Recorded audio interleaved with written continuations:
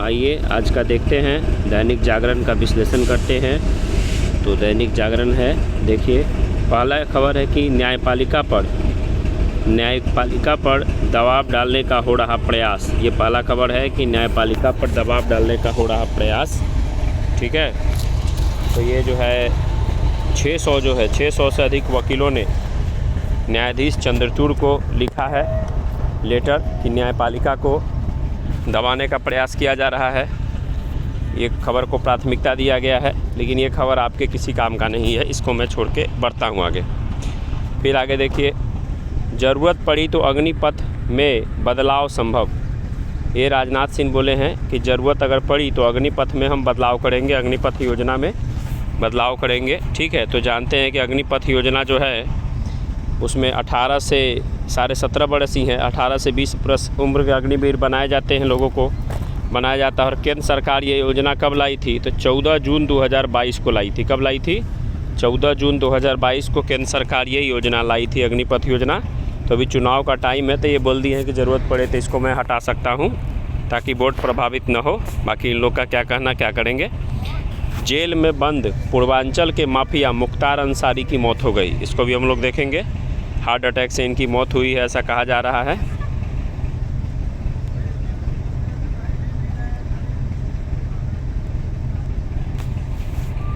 एक अप्रैल तक ईडी की रिमांड में रहेंगे केजरीवाल, कोई बात नहीं। चुनावी प्रक्रिया में बाहरी हस्तक्षेप स्वीकार्य नहीं। विदेश मंत्रालय ने कहा कि हमें अपनी स्वतंत्र लोकतांत्रिक संस्थानों पर गर्व है। ठीक है, बैंक खाता फ्रीज करने के कांग्रेस के आरोप पर भी आई अमेरिका की प्रतिक्रिया। अभी आप जानते हैं कि अमेरिका का कांग्रेस का बैंक खाता जो है वो फ्रीज कर दिया गया है। और कांग्रेस का बैंक खाता जो फ्रीज कर दिया गया है, उसके पीछे ये कारण है कि जो चुनावी बॉन्ड को भुनाने के लिए जो होता है, मतलब प्रक्रिया, उस चुनावी खाते को, जैसे कि ऐसा होता था कि आप बॉन्ड खरीदे और आपने जा कर के वो बॉन्ड दे दिया किसी पार्टी को, और वो पार्टी बस इनकम टैक्स को जानकारी दे देती है कि हाँ मैंने ये बॉन्ड ख़रीदा है, ये व्यक्ति हमको ये बॉन्ड दिया है, तो बस इनकम टैक्स, उस पर कोई भी टैक्स नहीं लगता है। आप जान जाइए कि चुनावी जो बॉन्ड जो खरीद करके आप देते हैं किसी पार्टी को, उस पर किसी प्रकार का टैक्स नहीं लगता। लेकिन कांग्रेस ने क्या किया कि उस जो चुनावी बॉन्ड वाला जो भुनाने वाला जो अकाउंट है उसको सेविंग अकाउंट बना दिया, और अपने सांसदों से उसने लगभग 30-40 करोड़ के आसपास पैसा ले लिया। अब वो जब सेविंग अकाउंट बन गया तो उसमें टैक्स लगेगा, और ऐसा 3-4 साल से कांग्रेस कर रही है। बार बार इनकम टैक्स बोल रहा था कांग्रेस को कि आप मतलब आइए और ये अपना इनकम टैक्स दे दीजिए या अकाउंट को ट्रांसफ़र ये कीजिए, चेंज कीजिए। बाकी कांग्रेस कर नहीं रहा था। अब ये देखते थे इनकम टैक्स ने क्या किया, अब उनका अकाउंट फ्रीज कर दिया है। कोर्ट में भी मामला है और कोर्ट भी इनकम टैक्स का साथ दे रही है। गलत किए हैं तो भुगतना पड़ेगा, ऐसे बात बनाने से और इस समय कुछ चलेगा नहीं। तो इसमें अमेरिका ने क्या किया, अमेरिका के विदेश मंत्रालय ने कहा है कि हम भारत पे नज़र रखे हुए हैं, बैंक खाता फ्रीज है, ये देख रहे हैं, केजरीवाल को देख रहे हैं। तो भारत सरकार ने तुरंत बुला करके अमेरिका के विदेश मंत्रालय के प्रवक्ता को कहा कि तनी हमारे पास आकर के हिसाब दीजिए जी, क्या इधर उधर अनाप बोल रहे हैं, ये सब नहीं चलेगा हमारे देश में। अपना तो आपका सुधर नहीं रहा है और भारत का देख रहा है। सीएम को हटाने के लिए न्यायिक दखल की नहीं ज़रूरत। ठीक है, तो ये एक रीट जारी किया गया था, PIL जारी किया गया था। इसमें कहा गया कि केजरीवाल को सीएम से हटा दिया जाए, लेकिन हाई कोर्ट ने कहा कि नहीं, ये मेरी इसमें कोई भूमिका नहीं है, इसमें न्यायिक दखल की कोई ज़रूरत नहीं है। ठीक है, तो ये बात हुआ। कल ये खबर बहुत छाई हुई थी। आगे देखते हैं। आगे अभी कोई खबर ऐसा नहीं है, बढ़ते चलते हैं।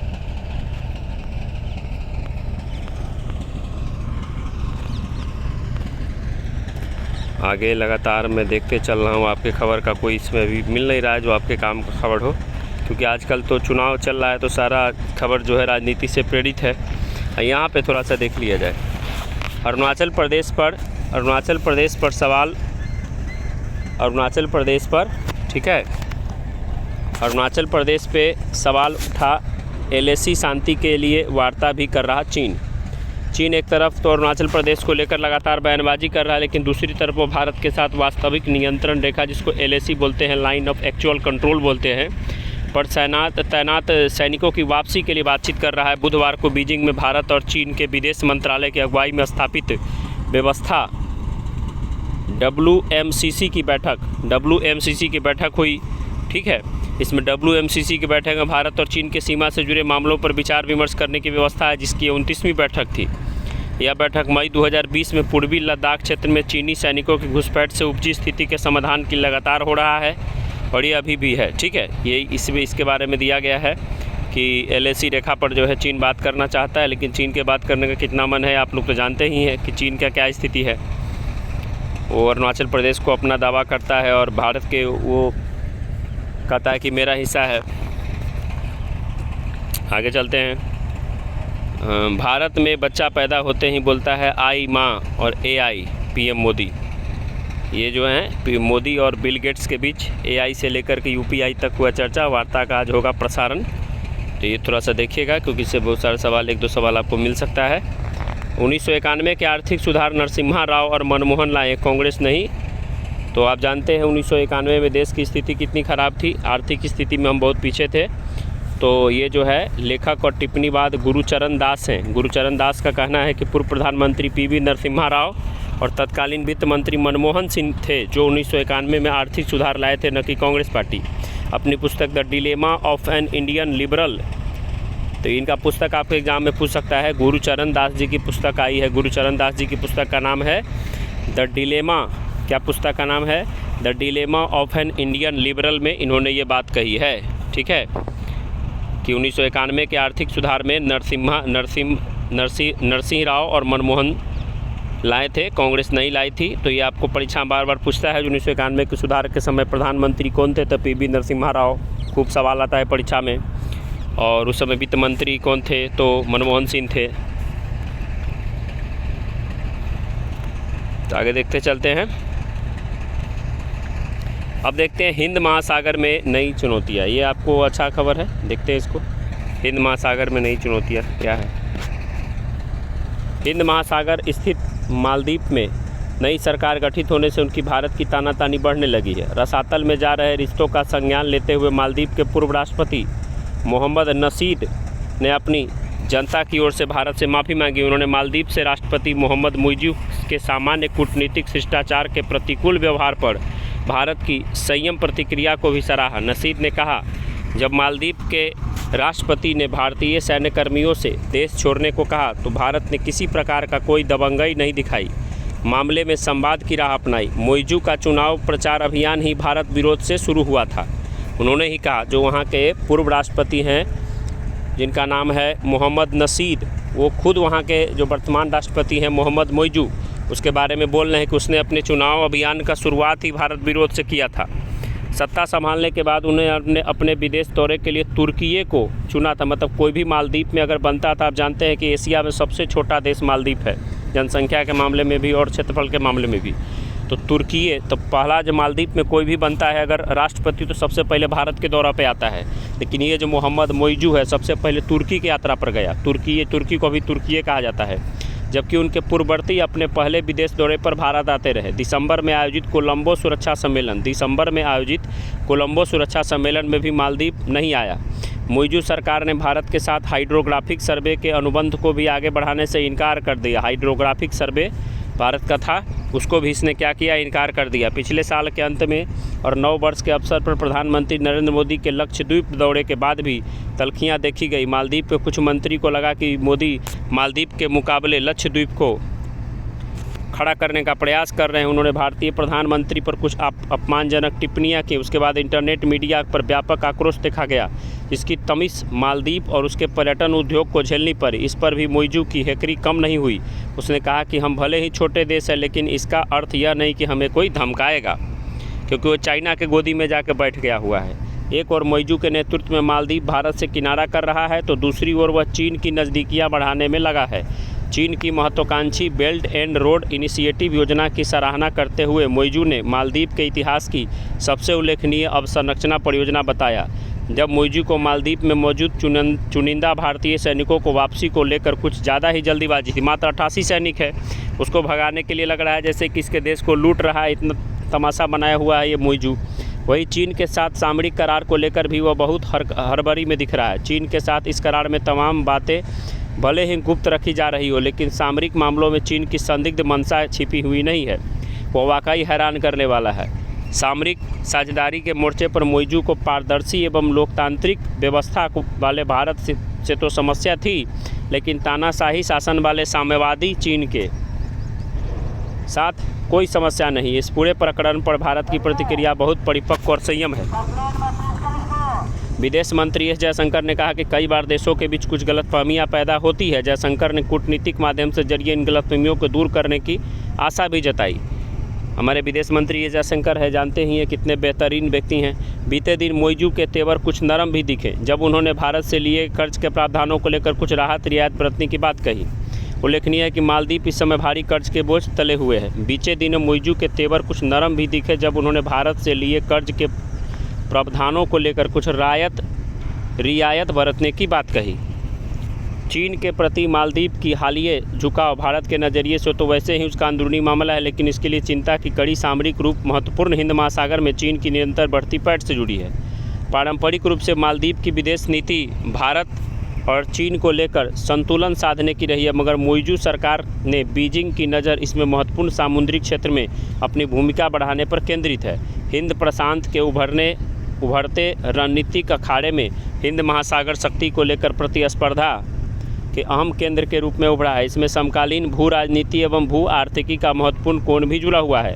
हिंद महासागर क्षेत्र के नेतृत्व की आकांक्षा भारतीय योजनाओं का भी हिस्सा है। भारत में पहले से यह मान्यता चली आ रही है कि अंतर्राष्ट्रीय स्तर पर स्वयं को प्रमुख शक्ति के रूप में स्थापित करने की भारतीय महत्वाकांक्षा की एक कुंजी हिंद महासागर है।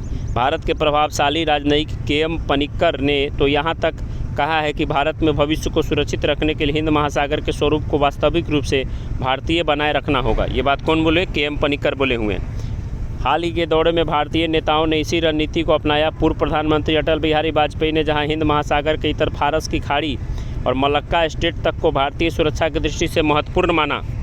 अटल बिहारी वाजपेयी जो है फारस की खाड़ी से लेकर मलक्का स्टेट तक को भारतीय सुरक्षा की दृष्टि से महत्वपूर्ण बता रहे थे। वहीं मनमोहन सिंह ने इस जरूरत पर और जोर दिया कि भारत को हिंद महासागर क्षेत्र में सुरक्षा प्रदान करने वाली प्रमुख खिलाड़ी बनना चाहिए भारत को। प्रधानमंत्री मोदी ने 2015 में हिंद महासागर क्षेत्र में सामुद्रिक सहयोग के भारतीय आह्वान को security and growth for all in the region, मतलब मोदी जी क्या बोले? हिंद महासागर को security and growth for all in the region Sagar नाम से भी दिया। इस मूल में समूचे हिंद महासागर क्षेत्र में सामुद्रिक सहयोग तंत्र, आर्थिक एकीकरण और सतत विकास जैसे लक्ष्य थे, जिन्हें साझा हितों और दायित्वों के साथ मूर्त रूप दिया जाए। उसमें निजी हितों पर सामूहिक बेहतरी की प्राथमिकता मिले। हिंद महासागर क्षेत्र में हिंद महासागर एक प्रमुख शक्ति केंद्र के रूप में सामने आए। इसमें छोटे देशों की महत्ता भी बढ़ी है, क्योंकि इसमें बड़ी शक्तियां भी दांव पर लगी हुई। इसमें मालदीव इकलौता देश नहीं है जो अपनी रणनीतिक स्थिति का लाभ उठा रहा है। दूसरी ओर हाल के वर्षों में भारत के नीतिगत विकल्प भी बढ़े। यदि मालदीव के साथ संबंध में कुछ तख्ती आई तो भारत के मॉरिशस के साथ अपने रिश्तों को नया आयाम दिया है। प्रधानमंत्री ने गत माह मॉरिशस में नया एयर ट्रिप और जेट्टी का मॉरिशस के प्रधानमंत्री प्रविंद जगन्नाथ के साथ मिलकर उद्घाटन किया। इसी महीने की शुरुआत में भारत ने लक्षद्वीप में INS जटायु की तैनाती की है। इससे हिंद महासागर क्षेत्र में भारतीय नौसेना की क्षमता में इजाफा होगा। भारत इस क्षेत्र में एक संतुलित दृष्टिकोण अपना रहा है, जिससे एक सुरक्षित, समृद्ध एवं नियम संचालित हिंद महासागर क्षेत्र अस्तित्व में आएगा। ठीक है, तो ये हिंद महासागर से लेकर के जो भारत की उसमें जो स्थिति है उससे रिलेटेड महत्वपूर्ण बातों को आप लोगों ने अभी जाना। अब हम आगे चलते हैं, आगे देखते हैं कोई खबर आपके काम का है। अमेरिका की बुरी आदत तो मैंने चर्चा कर ही दिया कि बिना मतलब के मुंह मारने का आदत है, बिना बुलाया हुआ मेहमान वाला हालत है। आगे भी जारी रहेगी तेज विकास दर, निर्मला सीतारमण ये बात बोली हैं। फरवरी के अंत तक राजकोषीय घाटा का लक्ष्य कितना है? 86.5%। 86.5%।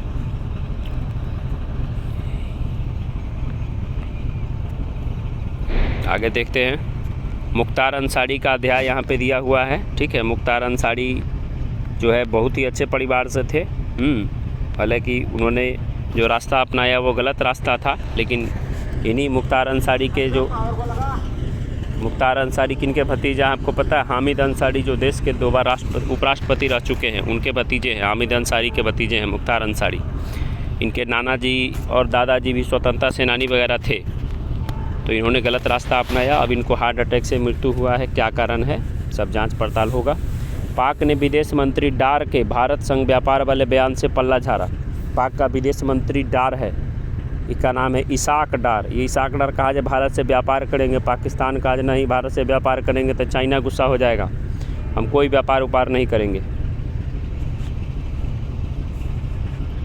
पाक में चीनी नागरिकों के मारे जाने पर निर्माण कंपनी, मैंने बताया था कि पाकिस्तान में आत्मघाती हमले में 5 चीनी नागरिकों को मारे जाने के एक और चीनी कंपनी ने काम रोक दिया है। खैबर पख्तूनिया प्रांत में तारेबेल्ला जल विद्युत परियोजना, कौन सा जल विद्युत परियोजना है? तारेबेल्ला जल विद्युत परियोजना में काम करने वाली चीनी कंपनी ने सुरक्षा कारणों का हवाला देते हुए काम क्या किया है? बंद कर दिया है।